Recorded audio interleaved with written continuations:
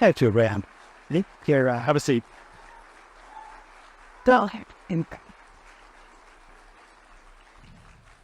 like that crowd. That's a nice group of people. Thank you very much. Standing ovation. We'll see what it. Thank you. President Trump, thank you for doing this, as we said. And you had the reception there. The business people of Chicago, like everywhere else, they like a lot of the things you want to do in terms of tax cuts, some of the spending proposals. But like many business people, what they're often worried about is the cost. Mm-hmm. And the Committee for a Responsible Federal Budget, which is a bipartisan outfit, put out some predictions the other day. If you add up all the promises you've made, and your plans would add $7.5 trillion to the debt. Mm-hmm. That's more than twice the total for Vice President Harris. You're on course to push up debt up to 150% of GDP. This is a very business-like audience. Yeah. Why should they trust you with that? Because we're about growth. She's got no growth whatsoever, and we're all about growth. We're going to bring companies back to our country. You look at even today, as I was driving over, I see these empty, old, beautiful, like steel mills and factories that are empty and falling down. Some have been converted to senior citizens' homes, but that's not going to do the trick. And we're going to bring the companies back. We're going to lower taxes still further for companies that are going to make their product in the USA. We're going to protect those companies with strong tariffs, because I'm a believer in tariffs. I'm not sure that you are. I don't think you are, but I congratulate you on your career. But to me, the most beautiful word in the dictionary is tariff. And it's my favorite word. It needs a public relations firm just to help us, but it's, to me, it's the most beautiful word. And the tariffs, do you think that will bring in the revenues? To use another bipartisan group, Peterson Institute, they say they only bring in $200 billion. That is that's barely the cost of two of your promises. Yeah, but that's like, for what company are you talking about, okay? Look, I've brought in with tariffs, and I was just getting started. Then COVID came, and we had because I tell you what, I did a very good job in COVID. Nobody knew what the hell it was. I call it the China virus because I like being a little more accurate. But when that came, but we got hundreds of billions of dollars just from China alone, and I hadn't even started yet. But tariffs are two things, if you look at it. Number one is for protection of the companies that we have here and the new companies that will move in, because we're going to have thousands of companies coming into this country. We're going to grow it like it's never grown before, and we're going to protect them when they come in, because we're not going to have somebody undercut them. And I could give you an example of this if you want. Would you like me to? Because it just... Give me a quick example, and I will come back. I just found out about it. So I've been talking about for the last year about Detroit and how horribly it has been. It's just horrible, because we've been talking about Detroit's coming back for 40 years. And it's never come back. And it's very dependent on the car industry. Well, they've lost 60% of the business over a long period of time. And what happened is I found out a friend of mine builds auto plants. That's all he does. He builds auto plants. That's what he's good at. He doesn't want to build an apartment. All he wants to build and he builds the biggest in the world. And for the last year and a half, if anybody's heard me speak, I was talking about Mexico as a tremendous challenge for us right now. Tremendous. China is building massive auto plants in Mexico, and they're going to build them, and they're going to take those cars and sell them into the United States. They're very near the border, and they're going to have all the advantages and none of the disadvantages, and that's going to be the end of Michigan. It's going to be the end of, frankly, South Carolina, going to be the end of everything. So I've been talking about this, and I said to him about 9 months ago, I said, you know what? I want you to do me a favor, John. His name is John. I don't want to give his last name because he might not like it. But I said, I want to see an auto plant. I want to go and see one of these. You press a button and everything works, right? I want to see one of the big ones. He said, all right, good. I said, where do we go? I'd like to go to Michigan. I'd like to go to someplace in the United States. He said, no, we can't do that. Why? We're not building anything big in the United States. That's not where we don't build the big ones here. I said, where are you building the biggest ones? He said, in Mexico. We're building giant plants, the biggest plants anywhere in the world. In Mexico, I said, so you mean they're going to make cars cheaply? They have advantages over labor and other things, and they're going to sell them into the United States, and they're going to put Michigan out of business. Is that what? I don't know anything about that. All I do is build the plants. If you want to see a plant, we'll go to Mexico. I'll show you the biggest plant in the world. That was 9 months ago. I saw him, and I talked about it all the time because I think it's a serious threat to our country, because not only autos, but other things. So then I see him 2 days ago. I was talking at another club, very nice club, and like this, except, I don't know, I think you people are probably even wealthier, okay? This was in Detroit, okay, which was appropriate. And I was showing them all sorts of charts about how their car, it's just gone down. It's like terrible. And I saw him, and I said, oh, how are you doing? How have you been? I said, could I ask you, how are those plants that you mentioned, those giant plants that you're building in Mexico, how is that coming along? Have you finished them? No, sir. They abandoned the project when they heard you're running. They abandoned the project when they saw that you were winning and doing well. I said, wow. Without doing all the same. Because I told them, and I said it publicly, they're not going to sell one car into the United States. I said, if I run this country, if I'm going to be president of this country, I'm going to put a 100, 200, 2,000% tariff. They're not going to sell one car into the United States because we're not going to destroy our country. Because I know you're an anti-tariff guy, but I'm the exact opposite. If there was no other way I could have stopped them other than, what am I going to do, negotiate with Mexico or China? You're not going to get anything from that. I said I'm going to put a 100, 200, or 300. I'm going to put the highest tariff in history, meaning I'm going to stop them from ever selling a car into the United States. So I just see the guy by accident. I see him. He says, sir, they've abandoned and by the way, they built foundations. They were really rocking. They were going to do it.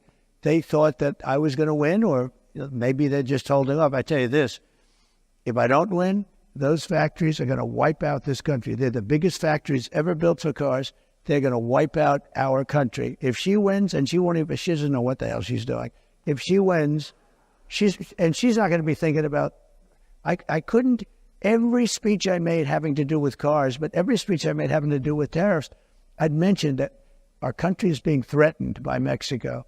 Now, all of those things, beyond even the car companies, all of those things are now dead. They're dead. I asked him, will they start? Probably not. They're dead as a doornail. If she gets in, it'll start up again. President Trump, I'll let you give your example. No, you talked a lot about tariffs. You look at the American economy, 40 million jobs rely on trade. It accounts for 27% of GDP. Okay. If you cut that off, that's also going to have an effect on many, many business people here. Yeah. Tariffs also have another side.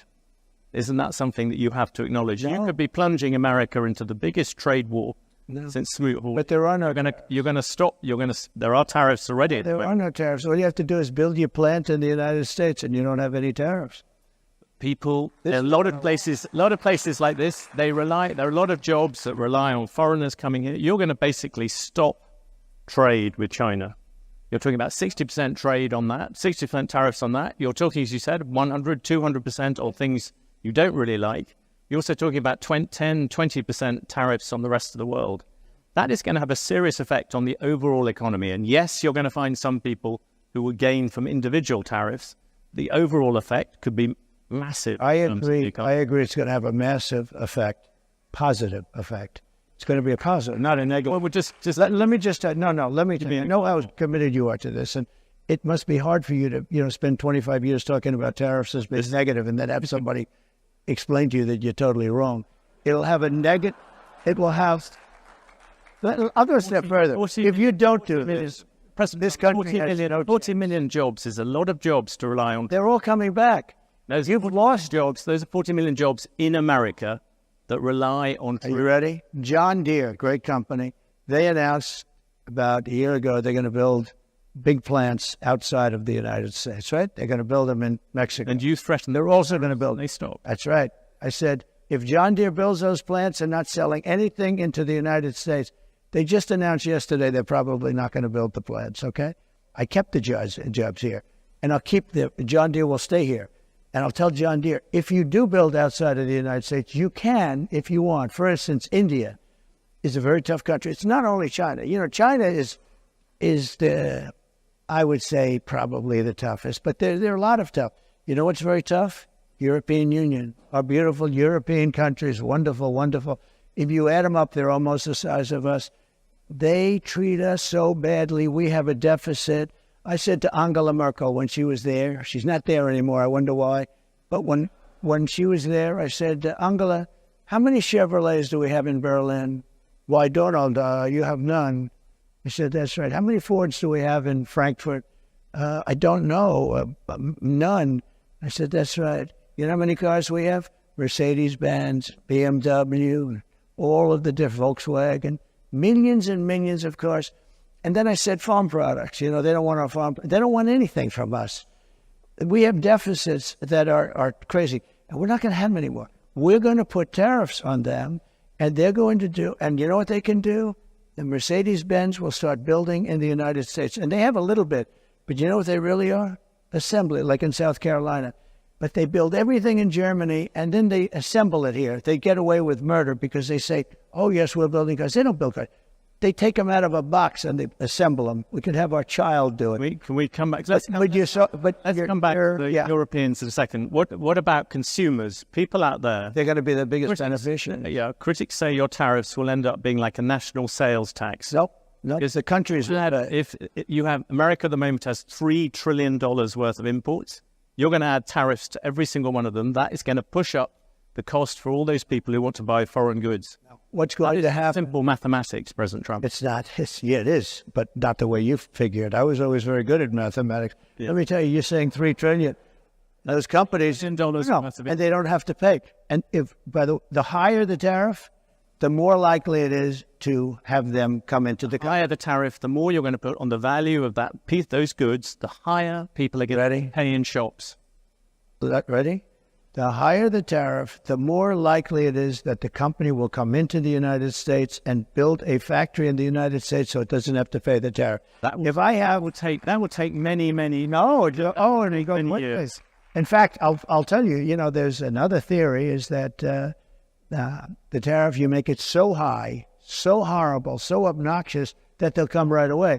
When I do the 10%, 10% is really, first of all, 10%, when you collect it, is hundreds of billions of dollars. The numbers that you're talking, all reducing our deficit. But really, so there's two ways of looking at a tariff. You can do it as a money-making instrument, or you can do it as something to get the companies. Now, if you want the companies to come in, the tariff has to be a lot higher than 10%, because 10% is not enough. They're not going to do it for 10. When you make a 50% tariff, they're going to come in. Let me tell you the other thing about tariffs that's great.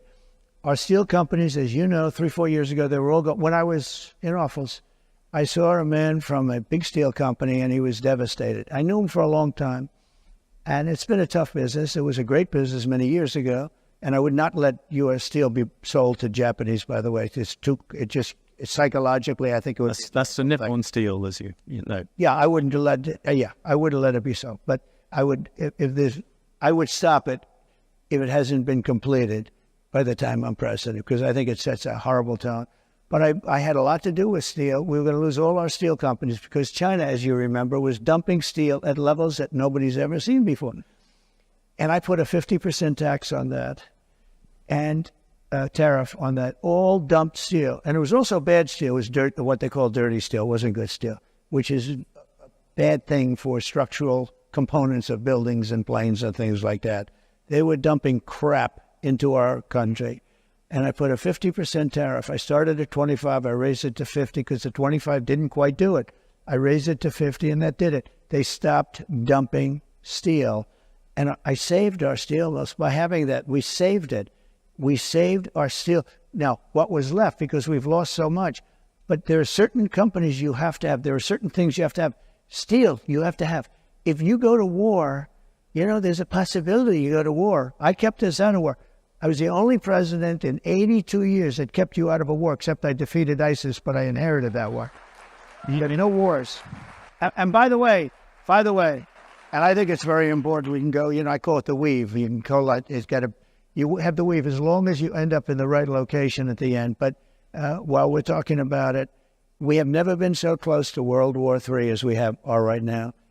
With what's going on in Ukraine and Russia and the Middle East. Well, let's. I had no wars in the whole world. Think of it.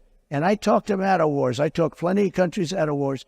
I had the whole world, other than ISIS, which I inherited, and I knocked out ISIS in a matter of weeks. It was supposed to take 4 to 5 years. I did it in a matter of weeks. We actually have a great military. We don't know how to use it, but we have a great... President Trump, great respect. I was asking about tariffs. You've gone off about that. Seeing you brought up tariffs and foreign policy, many people would say the biggest problem with your tariffs is actually geopolitics. You, in your first term, you got some credit for effectively saying that there was a Cold War against China. That's what America was in. You look at the last Cold War against the Soviet Union, America won it in part because it rallied allies to it. You're talking about slamming allies with 30%, 20% tariffs. Isn't this time you're going to end up trying to rally the West and you're dividing it instead? Isn't that the real problem with tariffs, even beyond all the problems due to the economy, where you keep on bringing up these individual examples, but the overall effect is going to be dramatic? No, answer first about foreign policy. Yeah, I'll do that. How does it help you take on China? It helps turning all your allies against tremendously, because China thinks we're a stupid country, a very stupid country. They can't believe that somebody finally got wise to them. Not one president, Bush, Obama, Barack Hussein Obama, have you heard of him? Not one president, think of it, not one president charged China anything. They said, oh, they are a third world nation. They are developing. Well, we're a developing nation, too. Take a look at Detroit. Take a look at our cities. We're a developing nation. We have to develop more than they do. We're way behind them. You take a look at what's happened to our cities. So what I'm saying my question was about your allies, not about China. You are going to annoy our allies, the rallying behind you. But our allies have taken advantage of us more so than our enemies. Our allies are the European Union. We have a trade deficit of $300 billion with the European Union. Our allies are Japan. You know, Abe was a very good friend of mine. He was a great guy, great. And I said to him in Japan, he was assassinated. And he was a great man. He really was. I didn't see too many like him. And he got very sick and he had to take off. And then he was actually making a comeback. He was going to make a comeback and he would have won easily. But he was a great gentleman, handsome, wonderful man, respected by everybody. And I went to him and I said, Shinzo, we have to talk. What? Trade. And he goes, I'll never forget it. I know. I said, what do you know? I knew you'd come to me. Why do you say that? Because I can't believe, I wouldn't tell the story if he was alive, actually.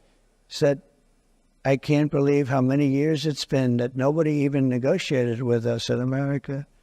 I said, Shinzo, you have to pay for your cars. You're sending millions of cars. You don't accept a car from us. You don't have one car that you accept, and yet we're selling 3 million, 4 million of your cars. I said, Shinzo, on agriculture, you won't even accept our agriculture. And I renegotiated the whole trade deal from a little disadvantage because I was stuck with a bad deal. I mean, I got stuck. We have trade deals that were so bad that I said, who are the people that are doing it? They're either very stupid or they're getting paid off, okay? It's one or the other. It's very simple. We had the worst trade deals all over the world. South Korea, I love South Korea. They're wonderful people, extremely ambitious. They have a money machine. We protect them from North Korea and other people. North Korea is very nuclear. I got along with him very well. Kim Jong-un. Yes. But wait, they don't pay us anything. And I said, this is crazy. If I didn't put tariffs on, you know, the motor companies, the car companies, they make most of their money at small trucks. Mm. I put tariffs on China, and I put 27.5%.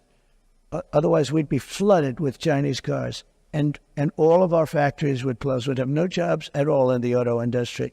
That goes for electric, by the way, which is a killer. Yep. which I've explained, and I don't think I have to bore anybody by talking about it, but I put tariffs on South Korea because they were sending in trucks, and I put tariffs on, fairly substantial tariffs. Do you know that our car companies make almost all of their money with the small trucks, SUVs and small trucks? If I took those tariffs on, you would be inundated. Every car company would be out of business. And I got calls from Ford. I got calls from everybody saying, sir, I can't believe you're doing this for us. You saved our company. They make all their money with us. They make most of their money with the small truck and, the SUVs. Many consumers ended up with more expensive cars. But let me just come at you on foreign policy. You wouldn't have a car company. You have said that Taiwan should pay for U.S. protection. Yeah. I ask because this morning you just mentioned North Korea. The Chinese army, literally as we speak, are engaged in rehearsals for a full naval blockade of Taiwan. So I suppose my question to you, if China invades Taiwan, would you send American troops to defend it? Well, the reason they're doing it now is they're not going to do it afterwards, okay? Since, so they're doing it now. They want to do it China. Look, I had a very good relationship with President Xi, and a very good relationship with Putin, and a very good relationship with Kim Jong-un, who has a nuclear force that you won't even believe. And by the way, today it was announced for those that he just blew up the railroad going into South Korea. That means South Korea is now cut off from Russia and China and various other places. Cut off by rail. You just mentioned... No, but these are big things. I have to mention them. Yeah, you just mentioned Putin, though. And there's been this controversy the past week. Can you say yes or no whether you have talked to Vladimir Putin since you stopped being president? Well, I don't comment on that, but I will tell you that if I did, it's a smart thing. If I'm friendly with people, if I have a relationship with people, that's a good thing, not a bad thing, in terms of a country. He's got 2,000 nuclear weapons, and so do we.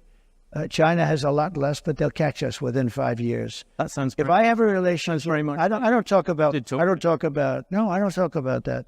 I don't ever say it. But I can tell you what, Russia has never had a president that they respect so much. But more importantly, or less importantly, I guess, I went into Russia, and people said, "Oh, he likes Putin, and Putin likes him."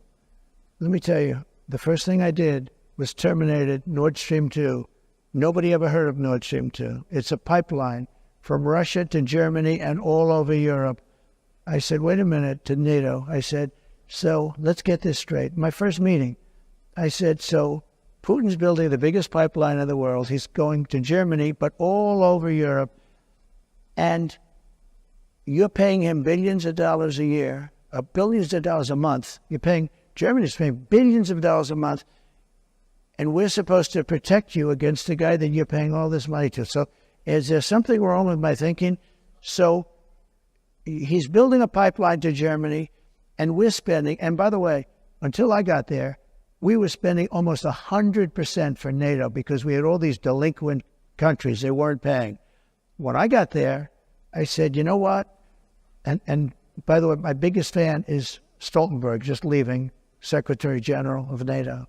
He said when Bush came in, he made a speech and left. When Obama came in, he made a speech and left. When Trump came in, he made a speech and he said, let me see your books. And I found out in the books that nobody was paying. There were only 7 countries that were paying. We were supporting NATO.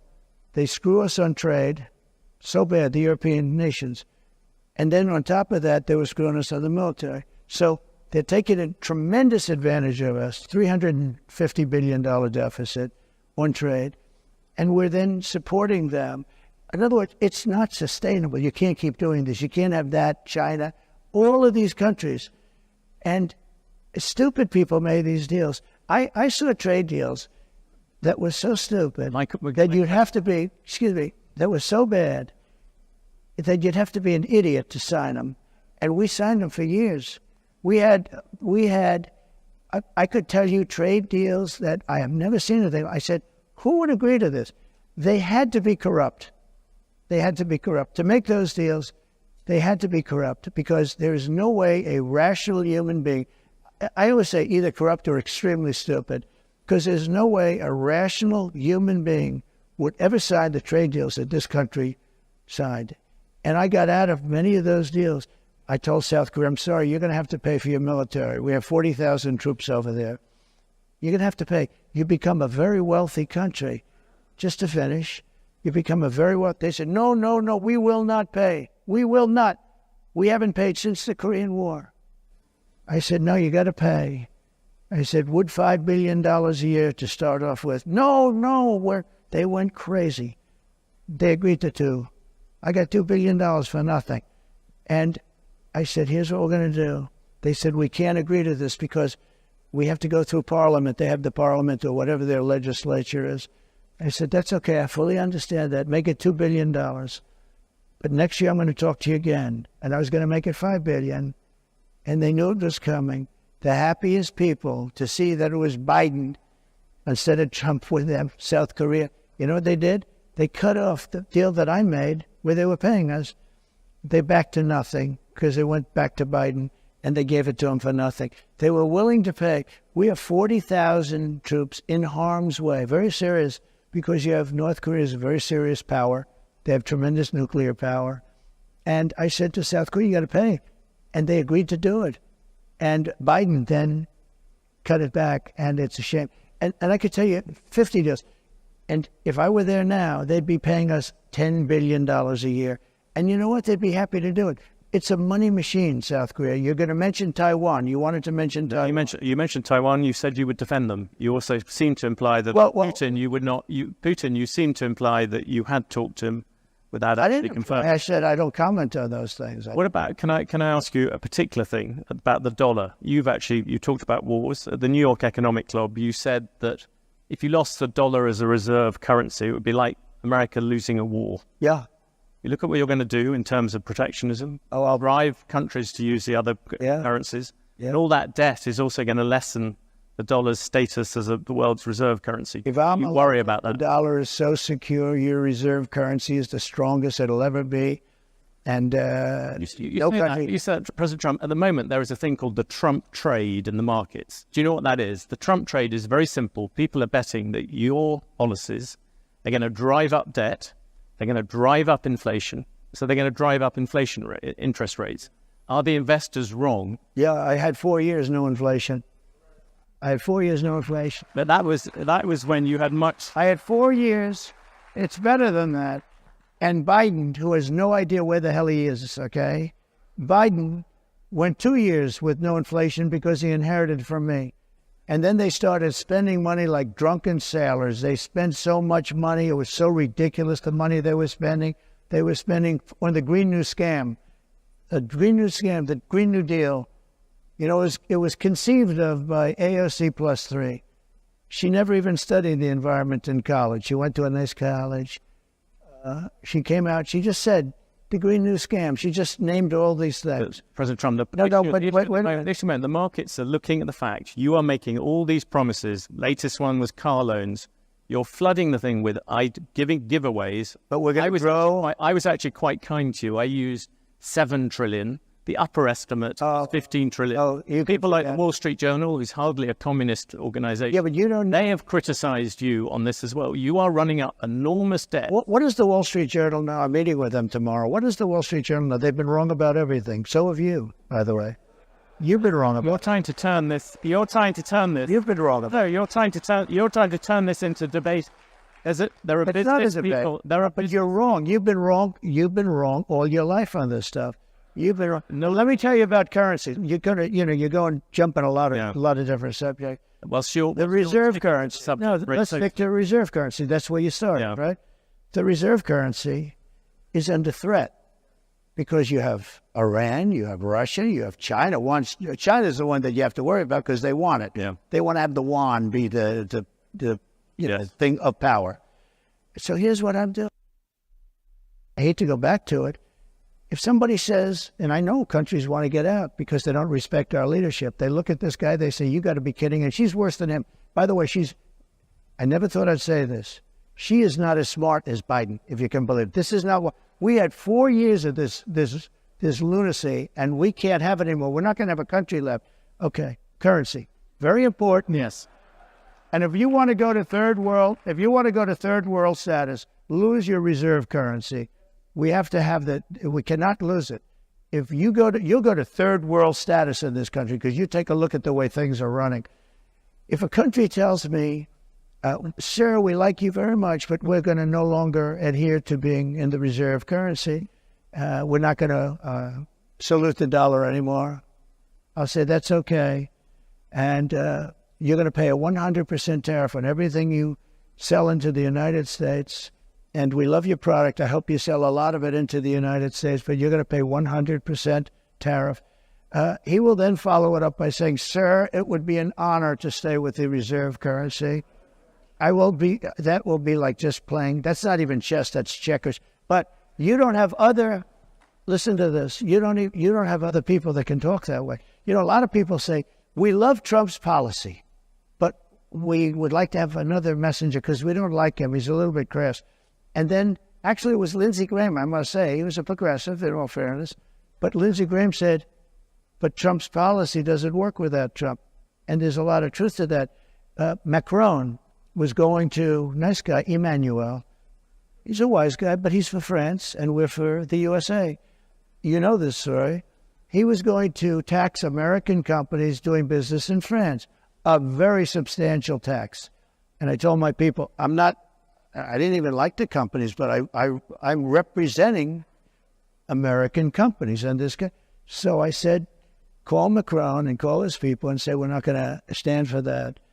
And I got Mnuchin and, a lot of guys, smart guys, if I can finish. Yeah. I'll go longer if you want. It helps because you got to be able to, you move too quick now. You got to be able to finish a thought because it's very important. This is big stuff we're talking about. You can't go that quickly. You've gone from the dollar. So let me just tell you.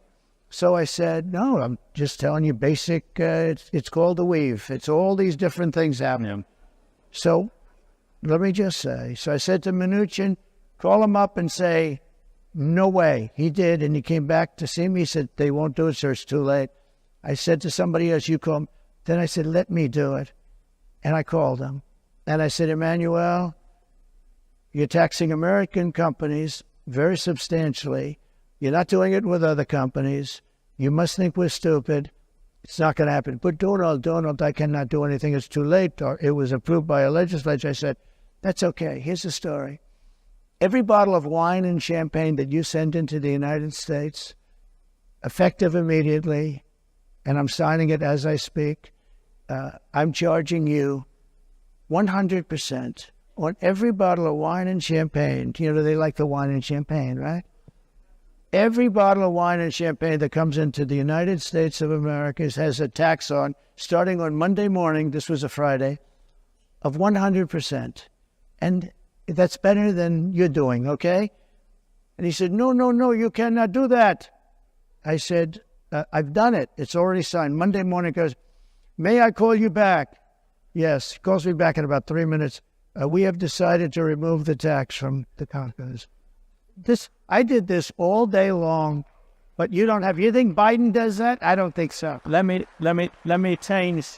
ask you a very factual question. The Federal Reserve, you say you don't want interest rates to go higher. You've gone backwards and forwards about whether you want to keep Jerome Powell as chair of the Federal Reserve. His term as chair runs on to May 2026. Would you seek to remove or demote him? Look, I think it's the greatest job in government. You show up to the office once a month and you say, let's see, flip a coin. And everybody talks about you like you're a god. Oh, what will he do? I mean, before, the guy used to walk into my office, he was like begging, he was fine. But you did talk you talked about removing him once. I did, because he was keeping the rates too high. Yeah. And I was right. And you would do that again? In fact, he actually dropped them too much when I did this. Because I said I was threatening to terminate him. There was a question as to whether or not you could. And there was an article in the New York Times, 2 half pages. 1 page said I can do it by lawyers. 1 half page said I couldn't. And that was enough for him. And he dropped the hell out of the rates. He dropped them too much. He dropped them actually too much. Okay. Here's the story. I think that if you're a very good president with good sense, you should be able to at least talk to him. I don't say make the decision at all, but I've been a very successful businessman. I've done really good, much better. Now people are understanding how good I've done because they're seeing it.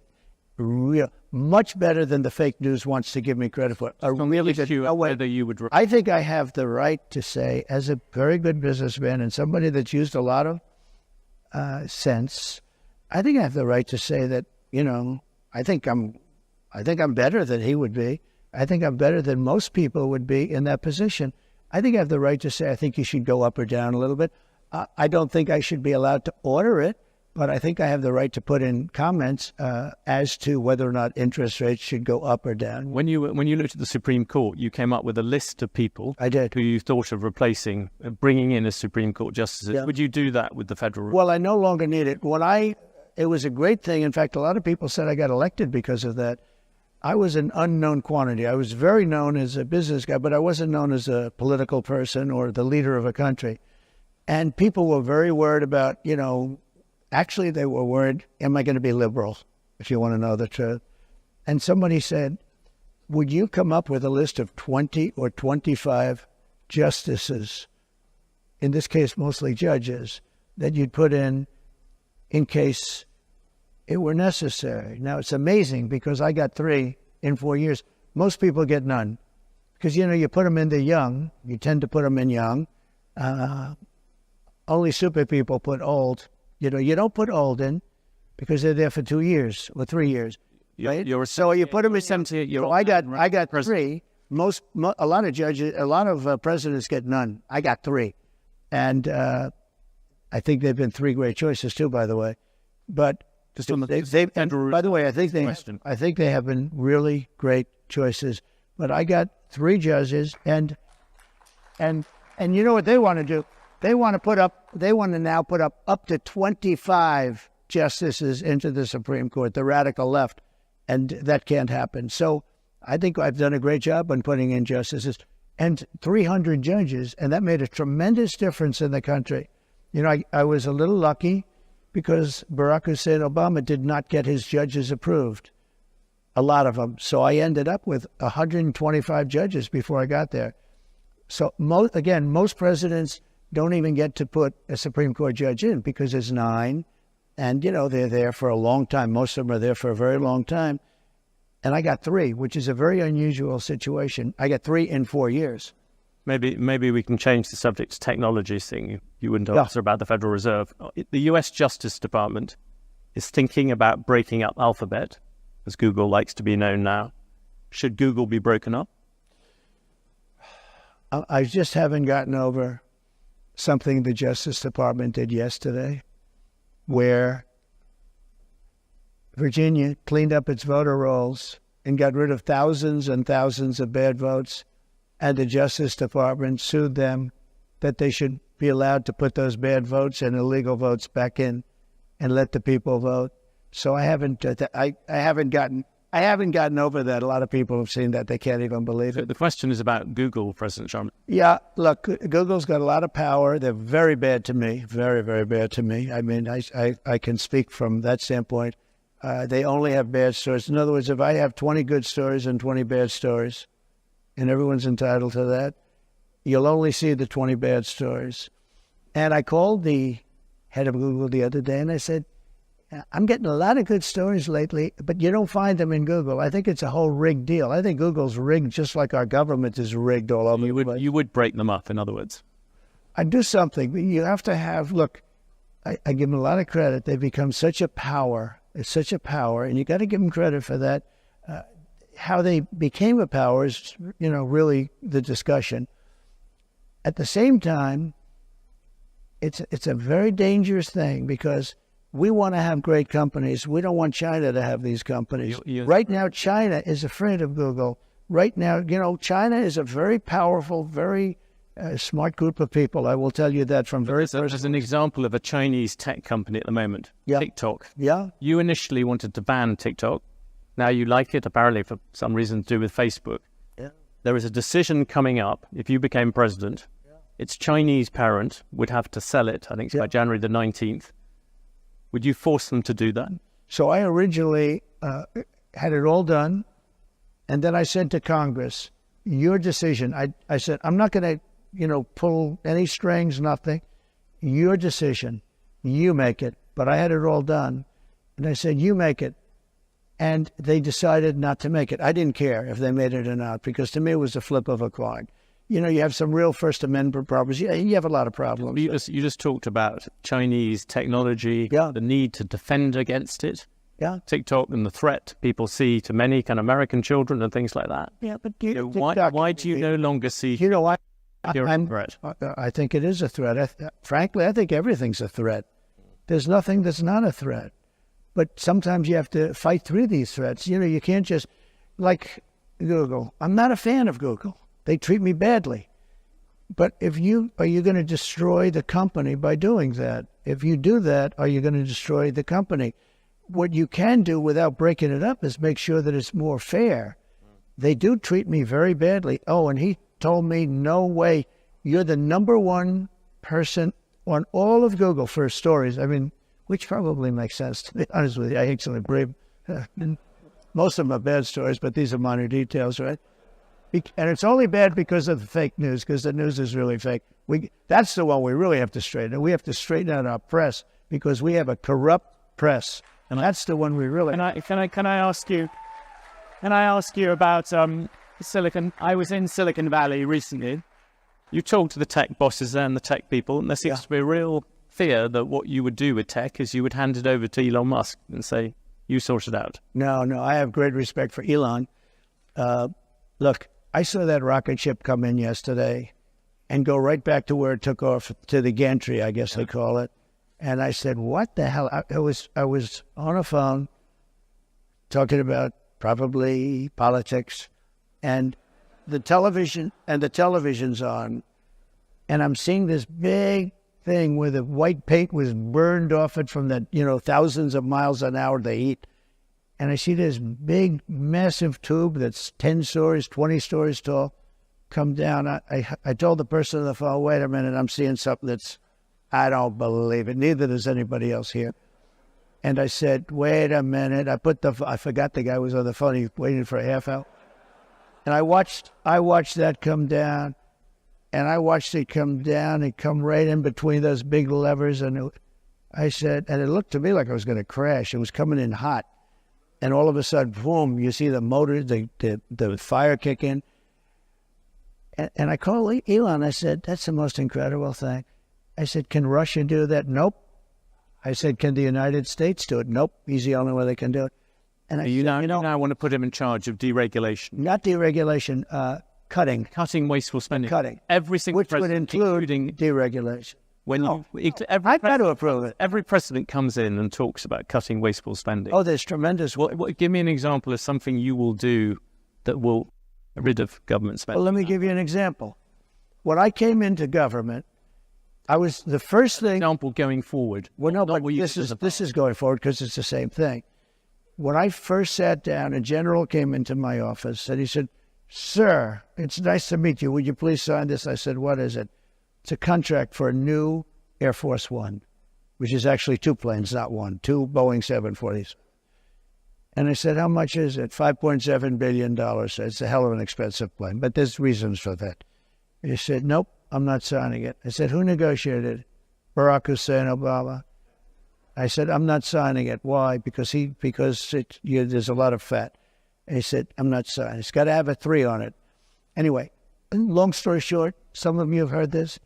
I got it down to, because first week they cut off $400 million. He said, "I'll cut." I met with the head of Boeing. Wait, Dennis. I said, "Dennis, you got to have a 3. 5.7 is too much. 5.7 billion. He said, "The most I'll take off is $400 million. I said, "Well, that's not bad for one conversation." So he got it down. I said, "Nope, I'm not accepting." Then he took off 2 more. Then he took off. Anyway, 2 months went by, 3 months went by. I thought we blew the deal, and it was okay with me. I didn't care. But we should have a new Air Force One.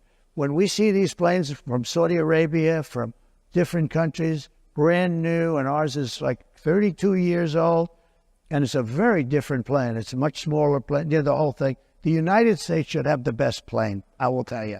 Not for me, but we should have it. Let me just finish. Would you? So he said, he calls up after like 2-3 months. I didn't call him, which is the best way to buy something. Don't call back. And he goes, in fact, when he called me, I said, "I wonder what the hell he wants." That's a good way to negotiate, let me tell you. So calls back, said, "Sir, $3,999,999,99 1 penny below $4 billion. So I said, you got yourself a deal. Then I said to him, let me ask you a question. So you had a deal at $5.7 billion, and in a period of 2 months, I got $1.7 billion off. That means you're going to make $1.7 billion profit on an airplane. Did nobody ever negotiate with you? Well, not really, sir. This is the price. And they said, we'll take it. And I said, and then I learned, that was my first experience, from that. But then I learned everything is like that. There is so much waste. So I'm getting, think of this, the exact same plane for $1.7 billion less, except I have a better paint job. Okay, much better paint job. A different color, red, white, and blue is beautiful. And if you look at every contract, that's one contract, and relatively small compared to most. Think of it. You save $1.7 billion because you negotiate. Every deal is like that. We're building ships that are costing 2-3 times more. Can you give me an example of There's something tremendous waste, fraud, and abuse in our country. And if you could cut it, you would have a surplus without even going into growth. But growth, we will grow. We're going to bring companies and jobs in at levels that you've never seen. And you would never be able to do it because you're not a believer in tariffs. The only way, let me tell you, the only way you can do it is through the threat of tariffs. It's the only way you can do it. Can we come back to one thing on that? Deal making. You look out across this room, there's some big businesses, but a lot of small ones. By the way, you've given us a lot of examples of things where you've negotiated with the heads of big businesses. Right. Give you an example, when you put the tariffs on China, much smaller than you're planning to do at the moment, when you put them on, Apple came, you negotiated a difference for them. I did. That's much harder for small business people. Isn't the problem with the way that you do these kind of deals? You're bound to deal with the big companies. It's the small companies who get hit by all these different things and can't find exceptions. Oh, we have exceptions. No, we had an exception rule. I gave Apple an exception. Tim Cook is a great... Apple is not a small company. And no. Please don't give it... But here's what happens. The question is about small business. Yes, but what would you do for them? No, but we have a very talented group of people. Bob Lighthizer did a very good job. We had great people. We had central casting. These are great, and a large group of people. We made exceptions. In the case of Apple, they needed an exception. You know why? Because of Samsung. He came to me, he said, Samsung makes a product similar to ours, very good product, the phones and other things. And because they're in South Korea, they don't have the tariffs. Because we're in China, we have the tariffs. I said, you happen to be right. You're not going to be able to compete. I said, look, I'm going to give you a 1-year break, but I want you to start building your factories in this country, whether it's Texas or any other place, anywhere in the country. And he said, what does that mean? I said, you have everything in China. I want you to move it from China back to our country. And he started doing that. And he built a factory, a big one in Texas. He built another one. And this was all a process. It was all happening. But I did give him an exception. And the reason was, he said, as soon as he said Samsung, I said, how is that product compared to yours? He said, it's a good product. I said, then you really can't compete. You can't have a 25 or 50% tariff and compete, right? Yeah. And I said, I'm giving you an exception. And I did it for many companies. We had some, but the ultimate businesses come and say, I know, but that was the question. But we do it for small businesses too. We do it for small business. I'll give you another example. We have a man who I didn't know, but he came to me. He was at a meeting, and he built kitchen cabinets. And he was, pretty big in the business. That's all he did is build kitchen cabinets. He said, sir, China and South Korea are building kitchen cabinets for 1/3 of what I can make them. I said, what's the quality? They're not as good, but they're good enough. I can't compete. I'm going out of business. I have 2,000 people that work for me. I'm going out of business. I put a 25% tariff still on kitchen cabinets. I saw the guy 3 days ago. He said, I'm the man that saw you about kitchen cabinets. You saved my company when you did the tariff, and you saved thousands of jobs, and my company is now doing very well. And he started to cry. started to cry. This guy hasn't cried too much, I will tell you. He said, "You saved my company. There's nobody that could have done that." Maybe I can ask you then about something else. Yeah. Business people here in this room, business people, capital markets, they all like the rule of law. They like certainty. The Chinese, who you mentioned, other dictators, right? They don't like it when things go wrong, but they like it when things go wrong in America. If you look at the events of January the 6th, 2021, it showed to many people America's democracy was unruly and violent. Only 3 weeks to go to the election. Will you commit now to respecting and encouraging a peaceful transfer of power? Well, you had a peaceful transfer of power. You had a peaceful transfer of power. You had a peaceful... Come on, President Trump. You had a peaceful transfer of power compared with Venezuela, but it was by far the worst transfer of power for a long time. Thank you. I appreciate that, because this is what they like to do. This is what they like to do. It's very interesting. The question, President Trump, is would you respect the decision? When I found out about this interview, I did a little check. He's a man that has not been a big Trump fan over the years. So I had a choice. Do I do this interview or not? I'm glad I did it. But do I do this interview or do I disappoint a lot of people? Because I know a lot of people in the audience. But his view is very different than mine. Let me just tell you. I'm asking March, you. We had a term, peacefully and patriotically. These were people. If you think an election is crooked, and I do, 100%, if you think the day it comes when you can't protest, you take a look at the Democrats, they protested 2016, they're still protesting it. Nobody talks about them. But if we protest, we want to have honest elections. You think the last election was honest? Do you think it was the times it went to courts? The courts it didn't go. They went to court, and the courts all said, you don't have standing. Nobody had standing. And it's hard, frankly, after an election for a judge, but they all said nobody ever had standing. But the facts, if you take a look, I'd show you hundreds of pages of facts. People were angry. People were there. And I'll tell you what, they never show that. The primary scene in Washington was hundreds of thousands, the largest group of people I've ever spoken before, and I've spoken before. And it was love and peace. And some people went to the Capitol, and a lot of strange things happened there. A lot of strange things with people being waved into the Capitol by police, with people screaming, go in, that never got into trouble. I don't want to mention names, but you know who they are. A lot of strange things happened. But you had a peaceful, very peaceful. I left the morning that I was supposed to leave. I went to Florida, and you had a very peaceful transfer. This was not and I'll tell you what, those people that did go dead, which was a tiny fraction of the people that went to Washington. I mean, you're talking about a very, very small, because hundreds of thousands of people, and I don't know what you had, 500, 600, 700 people go down to the Capitol. But those people, not one of those people had a gun. Nobody was killed except for Ashley Babbitt. She was killed. She was shot in the head by a policeman what he did was horrible. President Trump. So I think we should be allowed to disagree on that. And obviously, you see by the reactions in this room, there's a lot of other people. Let's return to one other big subject that you bring up repeatedly, immigration. Yeah. I know it's a very emotive issue for you, but just from the point of view of business people here, you look at the full effect of taking a lot of people out of the workforce, removing a lot of people. The Congressional Budget Office is banking on the fact that there'll be $9 trillion added to the GDP of America over the next 10 years by immigrants. You want to stop that process.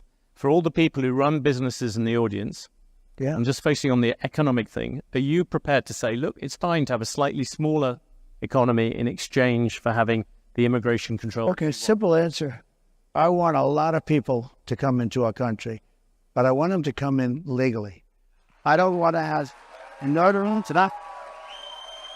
But that means you will have to deport. You are talking about deporting 11 million people. That is a lot of people. Okay, you're right.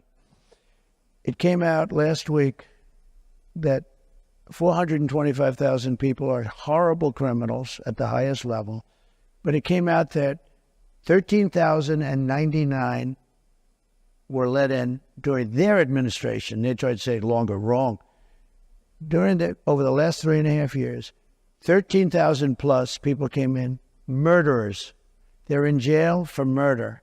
Some were having the death penalty. They were all released into our country. 13,099 people were released into our country. We had drug dealers released. We had street gangs released. Look at what's happening in Aurora. But now I don't have to go with Aurora anymore. Look at what happened last night in Times Square, where migrants from all over the place. It's not just South America. We have people coming in from the Congo, large numbers from the Congo and Africa. They came in, as of last night, I was speaking to Tom Homan, 180 countries. People came in. They came from prisons and jails. They came from mental institutions and insane asylums, a step above. They came from the terrorists. We had large numbers of terrorists come in. When I was president, we had the strongest border in the history of our country. I built hundreds of miles of wall, and walls work, by the way. Hundreds of miles. We had the best numbers we've ever had. Now we have the worst numbers. And here's the problem. We have some of the worst criminals in the world coming in. Now, Venezuela, their crime has gone down at levels that nobody's ever seen before because they've taken their street gangs and their drug dealers and they've emptied their prisons, not fully because they can't get enough buses. They've emptied their prisons. They load up the buses and they drive them into the United States, and they're dropping their prisoners into our country. Their crime is down. Their numbers are crazy how low it's dropped. I heard 72, 74%. They've taken their gangs. They've taken their criminals off the street. They've taken their people out of mental institutions, which cost them a fortune, and they've taken them and dropped them into the United States of America. Those people have to be returned. We can't live with thousands of murderers and not... The issue I asked you about was the idea that if you reduce immigration, every economist will tell you, if you have fewer people, there is a smaller economy. I like immigration, but they've got to come in legally. Okay. Well, let's finish on two. I want to make sure. Look, I don't want to have people that have killed 9 people and they're a sadistic, crazy nut job.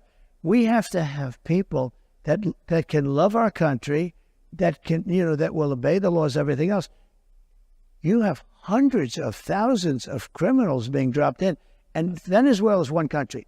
Look at what they have done, though, in Aurora. They've taken over apartment complexes. They've gone into the real estate business. See, they're like us, except they've done it with MK, whatever the hell they're called, right? I mean, they have weapons that are so sophisticated, our military doesn't have them.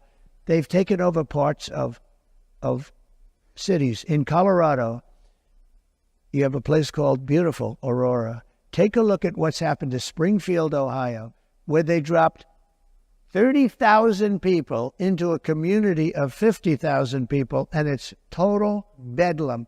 The hospitals can't be used anymore by the residents. The schools can't be used by the children that were there last year because other people that don't even speak the language. The issue I asked you about, many companies here have a shortage of labor. Yeah, that's good. We'll take care of that. We're going to get people in here rapidly, and they're going to be people that want to be in here, and they're going to be people that can love our country and won't kill people because they don't like the way they look. These are killers, by the way. Some of these killers are among the most evil killers. They will look at you down, the beautiful woman there. They'll look at you and they will kill you. These are seriously sick people. And no, I don't want them in our country. And they are in our country right now. And they're in there because Kamala Harris, who's our border czar, is an incompetent person. For the record, as you know, the crime rate is lower. But can I finish with 2 questions? The first, you just said it. You don't do old. You own and run businesses. Yeah. Would you appoint a CEO who was 78? Give you I would. Depends on. I met people like Biden, who's in bad shape. I wouldn't appoint him. He's 81 or 82. He's 4 years older. But I'd appoint, I know some of the smartest people I know. I know a man that made all of his money from the time he was 80 to 90, and he was a failure all his life. He was in the drinks business, the different... Strangely, you didn't bring this up but you were running against Joe Biden. No, I never attacked him for his age. In fact, I used to defend him on his age. I attacked him for his lack of competence. I've asked you all these questions. No, I never do. By the way, just because I think it's important, and I know you do too, I know so many people in their 80s that are among... Bernie Marcus is 95, he founder of Home Depot. You have that conversation with him. He's just as sharp as he mentally. He's just as sharp as he ever was. He's 95. I could tell you that in their 90s, I don't want to get into the 90s stuff, but you know what?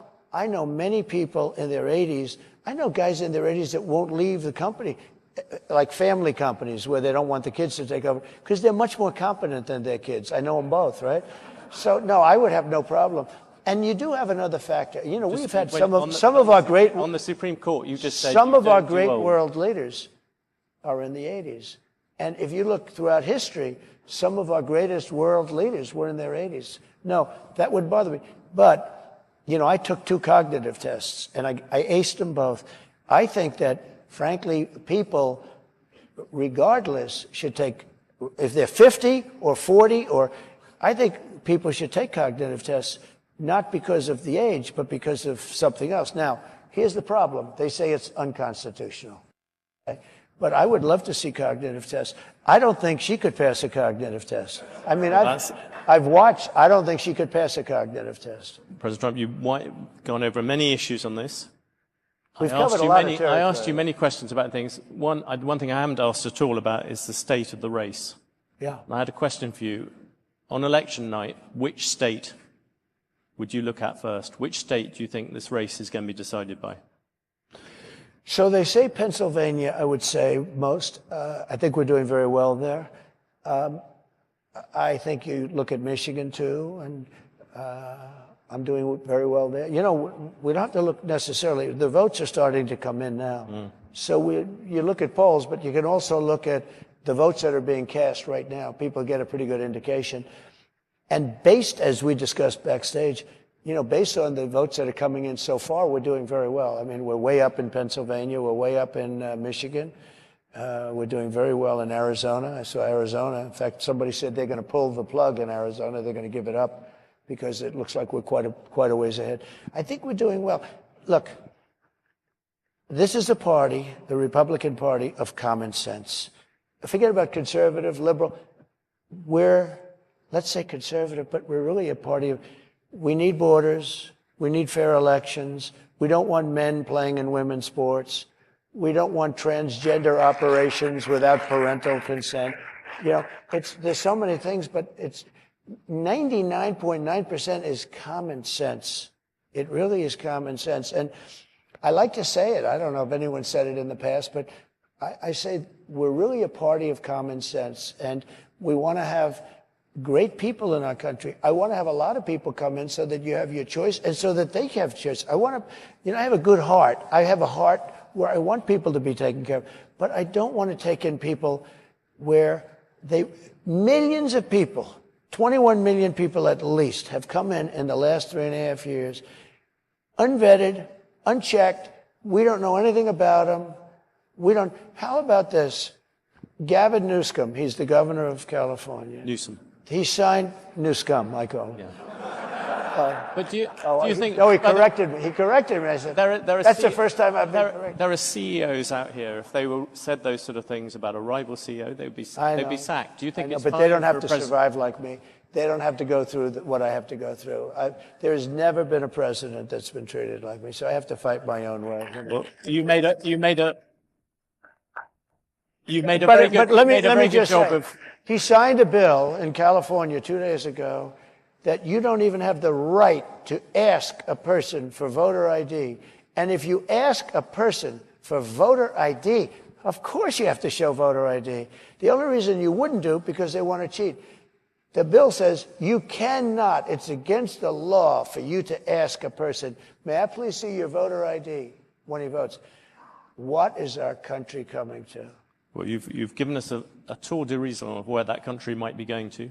Thank you very much. Thank you President very Trump. much. Appreciate it. Thank Thank you you. for the conversation.